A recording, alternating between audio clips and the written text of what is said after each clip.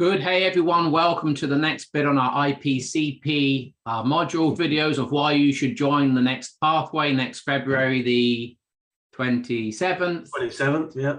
7th, 2023.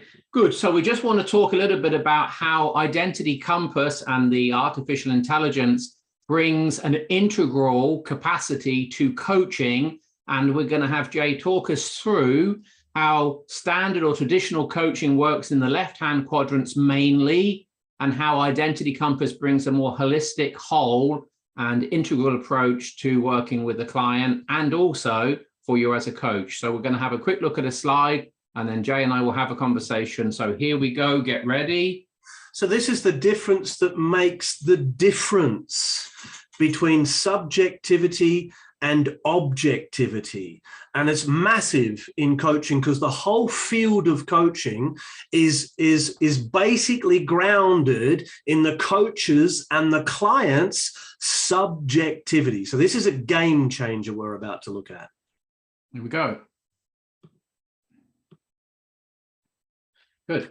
So if we look at it, this is a map of the subjective or the inner experience and the objective or the outer experience of the individual, and as plural, as a collective, as part of a team, a group, a culture. Yeah. And so we're looking at the subjective and objective of the individual and the collective. If we look in the upper left quadrant, you'll see it's marked there in red. The inner experience of the coach counts for almost everything in conventional coaching. So that means that a coach not only has to be really well trained, but they've got to have gone through it themselves. And if they haven't gone through it themselves, they're going to find it really, really difficult to navigate contextually as well as subjectively the landscape they're taking the client through. Now, that plays out in stuff like high-performance sport where, hey, I'm not a Formula One driver, and nor do I need to be, in order to help another Formula One driver get their inner and outer game straight and right to be able to drive effectively to their potential. So currently coaching is grounded in the coach's map and the coachee's map. The coachee is bringing their subjectivity to here's the problem and here's what I want. The coach then says, well, given what you want and given the problem that I am hearing subjectively behind that problem is X. Oh, well, that kind of makes sense. And it all begins to land and they might work their way through it and it might be actually pretty useful. Good. In the lower left, second person perspective, then they are co-creating a shared map. Firstly, a shared map of current understanding, and secondly, a shared map of difference. And that's as far as conventional coaching can go. So left-hand quadrants. Left-hand quadrants.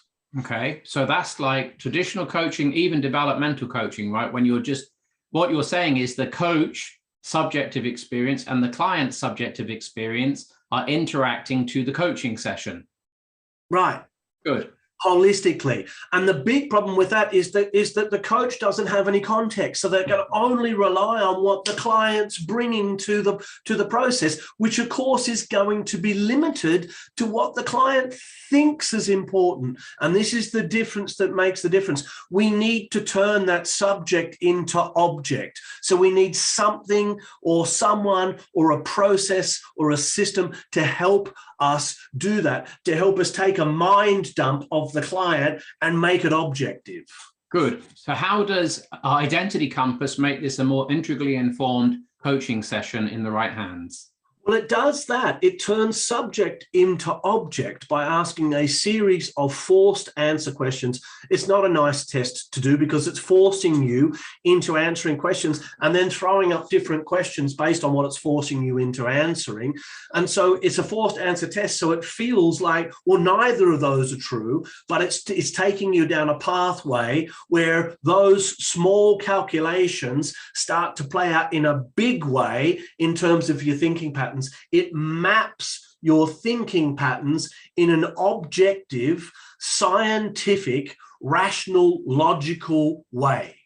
Okay. And so what is a factual map aspect and what is the functional map aspect that we could have in a coaching session with Identity Compass supporting us? So the factual map is actually mapping out, given some scenarios in contexts. It uses the work context, but it's absolutely mapping cross-contextually. It's using the work context to map out thinking structures and place them out in a given way, and shows how all of these thinking patterns interact with one another, and immediately helps you identify, using some AI technology, where the leverage point for the shift is for the client objectively. So that's the actual map. Even if the client doesn't see that subjectively, right? They don't remember. Oh, mostly they don't. Mostly the client will go, I disagree with that, but we can even show where their disagreement's coming from given the map. We can show how they mismatch, and that disagreement's actually part of a mismatch, and we can tell that that's on behalf of self-care based on what we're seeing in the map. So we can real time actually feed back the patterns as they're occurring in the coaching session to wake the client up so that they can grab a hold of this and start to do the work to grow themselves up, to clean up the stuff they need to clean up so that they can begin to show up. So then we have a functional map that emerges out of the context. Yeah. Which is context. So two aspects to this. One, the functional map is still subjective within the client's mind. How things play out for them and how they connect them to what's going on in their inner experience is like guesswork. Yeah. Sure. With the functional map, we can bring context in, and we can look at work, we can look at personal, we can look at primary relationships, we can look at children, we can look at parents, we can look at community, we can look at all of those aspects and ask, how does this play out for you in this context, to start to get an understanding of what's cross-contextual and what's actually contextual. That means that they can shift between their thinking between contexts, which means they have more flexibility in the lower right component, or less flexibility, telling us how rigid their thinking patterns are. Good. So let's summarize this with a couple of questions for you. So you've been coaching for a few years and you're an averagely good coach. Just give me a moment to relax my face. And so given that, what would you be happy to go on coaching people, knowing Identity Compass is in the world and not have access to it? What difference has it made to you as an experienced coach, 15 years of coaching? Yeah. What difference can you see and benefit has Identity Compass brought to your actual corporate coaching? Has shown me that I've been guessing up until I got a hold of the Identity Compass. It's shown me that my guessing is fairly accurate, yet, because I'm a human being, actually quite limited. And so would I coach without it now? Absolutely not. I mean, I'm literally flying with one arm and one eye. And so, you know, it's to really get to the level I need to get to genuinely find the leverage point with the client, the Identity Compass just adds far too much value for me to guess any longer.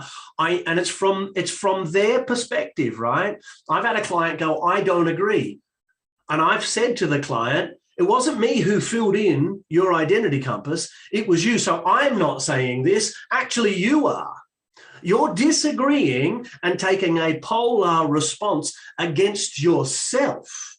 And then I said, let's look at the Identity Compass and see how that actually works out. And we found 6 key driver cognitive intentions that fit that pattern.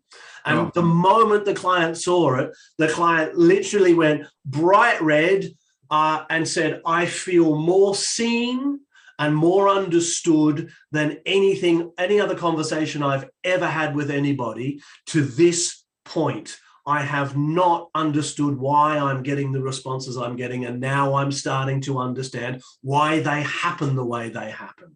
And what percentage would you say that's Jay Headley's capacity, and what percentage would you say that Identity Compass has informed in that session? Well, part of my capacity is to take in and make meaning with the client out of the identity compass. So I'm going to go 60-40, but that 40% is the difference that makes the difference. And what's the 40%?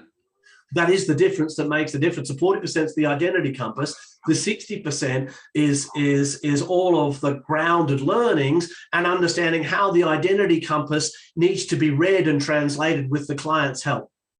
Does a coach to coach the way you've just talked to need to be an excellent, outstanding, well-experienced coach to be able to use identity compass in that way? They need to have that experience. They need to learn it. But what the identity compass will do is it will train them how to learn it in an accelerated way. So instead of it taking 5 years to become an extremely experienced, well-honed, well-rounded coach, having done the work on yourself, we'll cut that down to 2 or 3. Sure. Anything else? Come and look at the program. If you haven't had a chat with us, book a chat, get on the program. If you want to coach at the next level, this is the process and the tool that is going to take you there. Good. Catch you next time.